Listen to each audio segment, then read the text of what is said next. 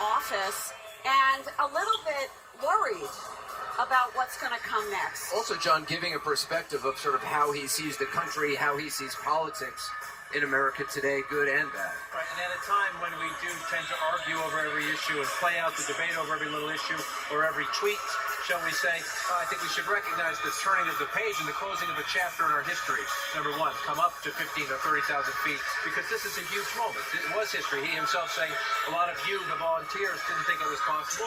Back when he started to run, a lot of people didn't think he could get past the Clintons, get past the other people in the field, that the country was ready for its first African-American history. So as we talk about everything else that is important, we should recognize the turning of that page. The part that will be interesting is how is this processed, and Congressman Kingston can help us at the beginning, by Republicans, many of whom I think will take it as a lecture. There was some clear admonitions, call them what you will, points of reference for the new president, President Trump, whether it's about climate change, whether it's about respecting Muslims, whether it's about celebrating diversity, respecting your critics and democratic institutions. He only mentioned the president-elect at the very beginning when he promised a smooth transition. But some of those were subtle, some of them not so subtle, direct rejoinders. Be interesting to see how they're processed in the days and weeks ahead. John? It was a progressive profession of faith, but it was rooted in deeply conservative values. It was rooted in deeply American values. He connected his political faith with the founding fathers, quoting George Washington. And I think brings the soaring context of the speech, roots it in his political faith in something deeper, in something transcendent, in something enduring.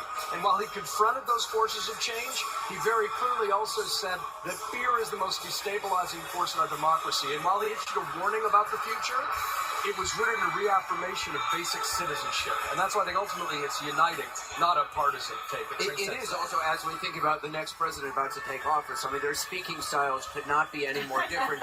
We are not going to be hearing a speech like this from a sitting president for the next 4 or 8 years. Let's be honest. One of the many reasons Barack Obama did burst onto the scene is because of the way he gives his speech. I mean, he is an orator. That's just who he is.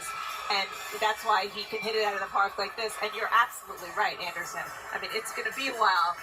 Who knows how long before we can hear a speech like this. And I think Republicans and Democrats alike say, if nothing else, he's a good orator. On that note, there's a couple of quick notes. As I was watching, I was remembering going with then Senator Barack Obama to he's there. Trip to Iowa and witnessing the response and the reaction that he had from the Democrats there.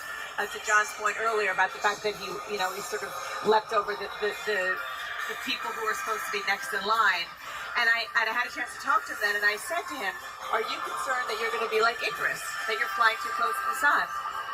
And here we are, 8-9 years later, and he's a two-term president, and he did give a bit of a victory lap, which I'm sure a lot of people, it's the Rorschach test, who love him are happy that he gave, and people who don't are saying, really, are you not understanding this last election? But the one thing that I will say, and especially I'd be interested in our Democrats here, there's such a debate inside the Democratic Party right now as to which way to go.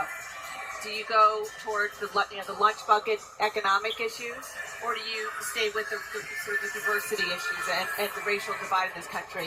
And he really, in a way that almost only he could do, brought the two of them together by talking about the fact, and gave the Democrats a roadmap for that, by talking about the fact that, if you are, a minority, you also have to think about the middle-aged white man, who from the outside may seem like he has the advantages. Which, obviously, a lot of Democrats, the Democratic Party has not done a good job and has lost those voters but it's a false choice. And I think that most people who want to see the Democratic Party in this country move forward understand that it's a false choice.